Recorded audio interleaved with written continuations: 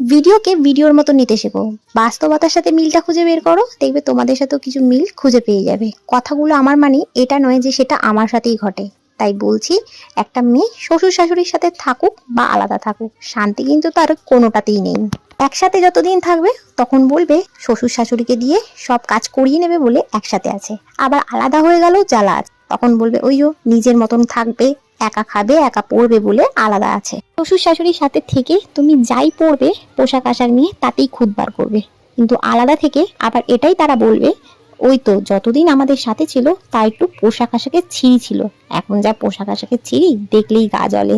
বরটাকে সাথে নিয়ে বেরোলে বলবে ওই তো বরটা তো বউয়ের ভেড়া, আবার একা বেরালেও নানান জ্বালাও আছে। তাই বলছি শোনো, তাদের জাস্ট ইগনোর করো আর নিজের লাইফকে কন্টিনিউ করো, দেখবে কদিন পর তারাই আবার তোমাকে তেল মেরে চলবে। যাই হোক, কথাগুলোর সাথে মিল খুঁজে পেলে লাইক কমেন্ট করো আর সাবস্ক্রাইব করো।